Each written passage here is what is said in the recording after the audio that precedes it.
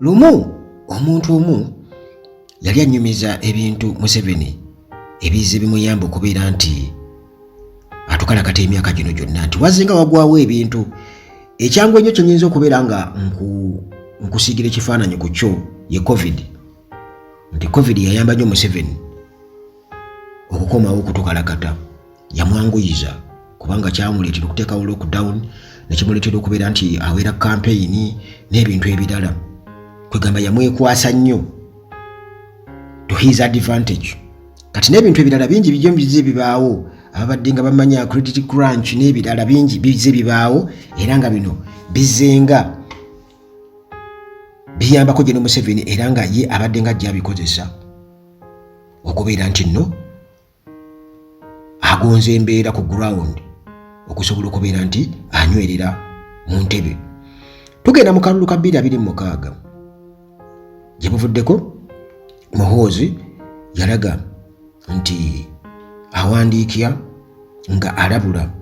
obukulembeze bwa Joe Biden nga alagira ddala nti ensi zino ez'abazungu wa western countries tazeetaagirako ddala kubanga ziyingirira nnyo ensonga za Africa. Kigambibwa okuba nti America ku embassy baali wawandikira General Museveni nga bamugamba nti munnange okuddamu okwesimba 2006 kikuli at your own risk naye ffe tubadde naye tukuwa amagezi wali badde stepping down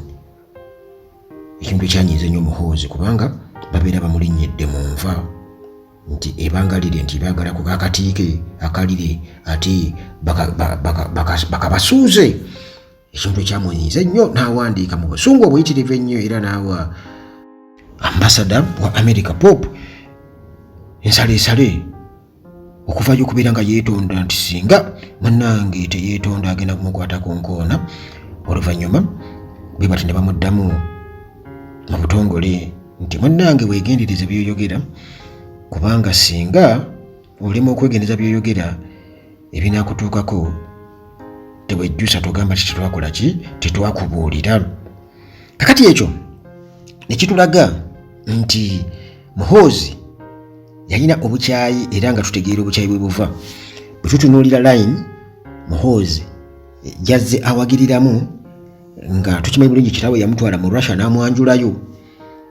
mu kumwanjulayo eri President Vladimir Putin kitegeeza nti n'abeera nga akimanyi bulungi nnyo kubanga Putin munywanyi wa General Museveni nnyo kati bwebanga munnange Russia oba Putin nga era munywanyi wa Trump kitegeeza nti Muhoozi wano aba alina kuwagira Trump tasobola kuwagira Harris abali tasobola kubeera nga amuwagira kubanga akimanyi bulungi nti kale ati bagamba nnyama ntono okayana eri mu nkwawa nti kale waakiri ono at least asobola okubeeramu n'akabembereza gye tuli nti emmeeri eyinza obutakomawo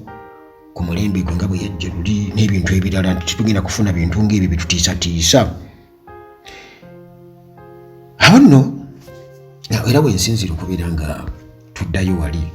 ku mukwano gwange oli kye yali aŋŋamba nti ebintu bizenga bibaawo wano e Uganda buli lwe tuba tugenda mu kalulu ebintu ebyo nga General Museveni abikozesa nga advantage gyali okusobola okubeera nti nno akakanya pressure oba nti afuna escape route obuwanguzi bwa Trump kubanga jjukira nti Bobi Wine tumanyi bulungi nnyo mu mawanga ag'abazungu abadde akyakutta akati era nga pressure nene nnyo gye tulabye sanctions zibadde zifuuse sanctions envumbo era nga bw'otunuulira embeera nga bw'etambula ebiva ku embassy ya America wano bikulagira ddala nti ekintu okusinziira ku Western powers America ne banywanyi baayo awo yagonzaawo era nga ebiva mu General Museveni ne mutabani we byongera okubeera nga bikukakasa ne Museveni wano nga alayira 2021 bye yayogera bya akazito kebamutaddeko kamaanyi era asuubira okuba nti olumbe oluyinza oba obuwuka obuyinza okulya gavumenti ye buyinza kufuluma side eyo. Ebiseera ebisinga obungi atera kwogera ku Western powers, ayogera ku Western powers, ba Western funders, bayita wabayita ba Western funders. Babyekwasa nnyo mwogere ababateekamu ssente, waliwo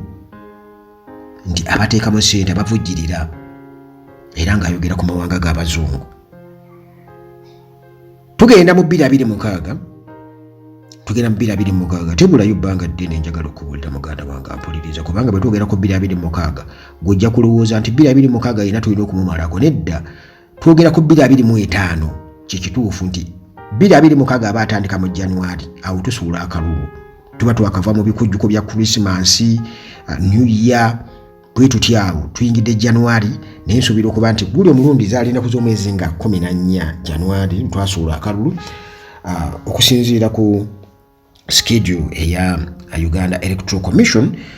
Bagamba ziyinza kubanga ziri mu nnaku z'omwezi 20 bemba seerabidde. This time wetugenda okubanga tusuulira akalulu nnaku z'omwezi nga ziri 20 oba ziri 23, 24, awo bwe wati 22, awo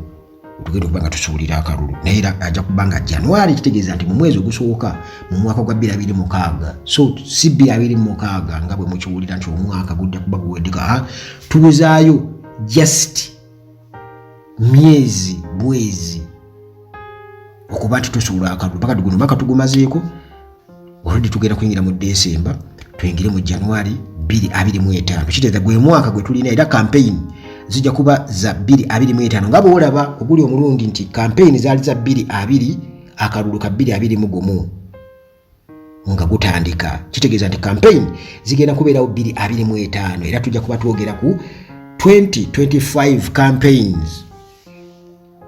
zetujja okuba nga tuzoogera nga bwe tugamba nti 2020 campaign ezaaliwo mu 2020. Kati guno omwaka gwe tuyingira guno 2025 ze campaign already. Pressure jukira nti mu biseera biri bagana bakala balaba okuva wabweru okujja okulaba akalulu basupervising. Museveni ng'alayira mujukira nti ambassador Natali bamutuuza ku butebe bwa prestige ne batuuza eri. Era Museveni nadda wali n'aduula n'abuukula, kiraga nti baali tebali makambugu yadde. Akimanyi bulungi nnyo nti obukulembeze obuliwo tebumukkirizizaamu, era mu butamukkirizaamu kiba kitegeeza nti naye talina kubeera ng'aboogerera yadde n'akalungi oba n'okubayisa obulungi n'ebigambo byeyogera nga ayogerera mu Gaddafi nti nze Gaddafi yanswaza nnyo, singa nze nali yiri akinaali kubyeyo okusinga yampita twali kubyeko wakiri ennyonyi emu. Museveni ng'awaga. Naye mbadde nkugamba nti Museveni ababadde bajja bagoberera ebyobufuzi wano Uganda, ekifaananyi kyenkusiigidde kyekya COVID-19 nti yajja ebintu bino ajja abikozesa. Kyogamu credit crunch, COVID-19 n'ebirala bingi bizze nga bijja bigwawo. Era ebintu ebyo nga bagamba nti Museveni abadde nga ajja abikozesa nga advantage okusobola okwenywereza ku bweza political climate ebe ezzeewo mu bunkenke obuba buliwo, nti kimusobozesa okubeera nti nno abaako engeri gy'akikozesa okubeera ng'anafuya oludda olumuvuganya. Kakati obuwongozi bwa Trump Museveni yandibukozesa, era kwe kubeera nti nno ne muhoozi avuddeyo ku mukoto gwe gwa X n'ayozaayoza Trump nga bwe tutunulira layini eyo eya friendship saako eyo tulaba nti saako nti ne Trump ayingidde mu saako yaabwe nti Museveni, Putin. Kati Trump ye president wa US ate nga ye major threat eya muhoozi ne Museveni kitaawe nti kati bafunye ku buweerero, era 2026 bakukikozesa nga advantage